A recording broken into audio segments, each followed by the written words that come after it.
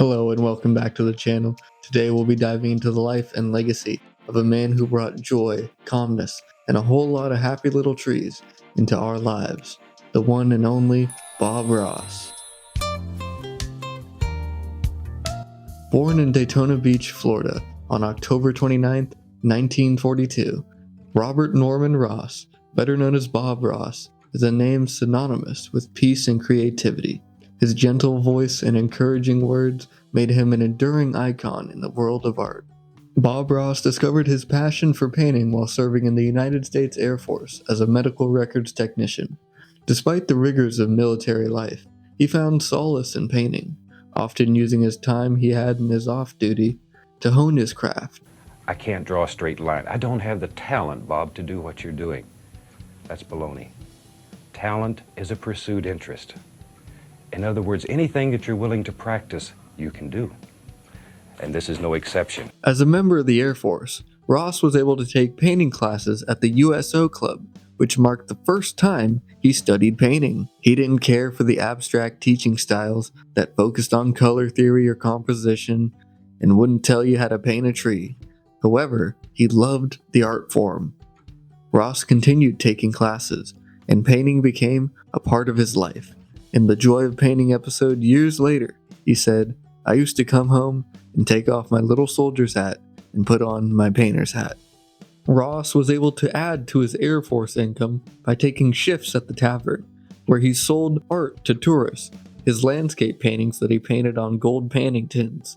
In 1975, while at his job, he saw the show The Magic of Oil Painting, hosted by William Alexander. What a joy to be out here on my wonderful little river. Sun is shining, birds are singing, and the crows flying by. It is such an inspiration. And when you paint and the weather is good, it's sometimes nice to leave home. Just go out there and do something on the outside. Bill Alexander was a user of a la prima, or the wet-on-wet technique. Paintings done this way could be completed very quickly, as the different layers of oil paint could be applied immediately after another, instead of having to wait for the layers to dry. Appreciating how this method could make him bring his artistic visions to life, Ross turned to Alexander as one of his instructors. Thanks to the lessons Ross took, as well as the hard work and dedication, he got to the point where he could finish 2 paintings on lunch breaks from his Air Force duties. As he moved up rank in the Air Force, Ross wasn't happy. In a 1990 interview with the Orlando Sentinel, Ross's first time as a master sergeant, he said, "I was the guy who made you scrub the latrine. I was the guy who made you make your bed. The guy who screams at you for being late to work." He allegedly earned the nickname, "Bust 'em up, Bobby," but hated having to be a self-determined, mean, tough person. For Ross, painting was his way to escape when off duty. He said in one episode of his show, "I'd come home after a long day of playing soldier and I'd paint a picture. And I could paint the kind of world that I wanted. It was clean, it was sparkling, shiny, beautiful, no pollution, nobody upset, everybody was happy in this world." He also made a promise to himself that he would adopt a different attitude if he ever had the opportunity to pursue a new career. After retiring in 1981, Ross was able to showcase his gentle and compassionate side. First as a traveling instructor with Alexander's Magic Art Company, then with his own classes and show on public television. The new endeavors needed time before they took off. But Ross was so determined to follow his path that he had his naturally straight hair permed so that he wouldn't have to pay for the trims. He actually grew to dislike the voluptuous hairstyle. He had to stick with it because it was part of the logo and image when he had achieved success. Bob Ross was married 3 times and had 2 children, Jimmy and Steve Ross. His first son, Robert Stephen, otherwise known as Steve Ross, he had with his first wife, Vivian Ridge. Steve, who was also a talented painter, occasionally appeared on the Joy of Painting show and became a Ross certified instructor. Steve appeared on camera in the last episode of season 1, in which he read a series of general how-to questions sent in by viewers during the season. Bob answered them one by one, technique by technique, until he completed an entire painting. Ross and Ridge's marriage ended in divorce in 1977, allegedly due to Ross's infidelity, Ross and his second wife, Jane, had no children together. In 1992, Jane died of cancer. In 1995, 2 months before his death, Bob Ross married for a third time Linda Brown. Ross was very secretive about his life and had a great preference for privacy. Some of only a few interviews with his close-knit circle of friends and family can be found in the 2011 PBS documentary, Bob Ross, the Happy Painter. Other conversations were destroyed as part of a legal settlement between Ross's family and Bob Ross Incorporated, as Bob Ross Incorporated is protective of Ross's intellectual property and privacy to this day. In 1983, he started The Joy of Painting, a television show that would run for 11 years. Each episode featured Bob Ross creating a painting from start to finish, while sharing his insights and techniques. An 18-year-old Bob Ross was stationed in Alaska, but he didn't become a pilot, as I mentioned. He was a medical records technician. But his time in Alaska did inspire him, and many of his art pieces that you see, he said Alaska has some of the most beautiful mountain scenery that he'd ever seen. Over the course of his painting career, even after leaving the Air Force, he would often depict the Alaskan setting. In every show, Ross wore jeans and a plain colored shirt, which he believed to be a timeless look, and spoke as if addressing one viewer. When asked about his relaxed and calm approach, he said, "I got a letter from somebody here a while back, and they said, 'Bob, everything in your world seems to be happy, that's for sure, and that's why I paint. It's because I can create the kind of world that I want, and I can make this world as happy as I want it. Shoot, if you want bad stuff, watch the news.'" His trademark permed or afro hairstyle came about as a cost-cutting measure when his crew-cut haircuts were becoming too expensive. What is a crew cut? Well, it's a type of hairstyle in which the upright hair on top of the head is cut relatively short, graduated in length from the longest hair that forms from a short pomp at the front hairline to the shortest at the back of the crown, so that the side profile the outline of the top hair. Not gonna lie, I kinda got lost while saying that, and anyways, here's John Cena. And his name is... Ross had later confessed that he disliked his hairstyle. Company co-founder Annette Kowalski said, "When we got a line of paint and brushes, we put his picture on. The logo of the picture is Bob Ross with that hair, so he could never get it cut. He wasn't happy about it."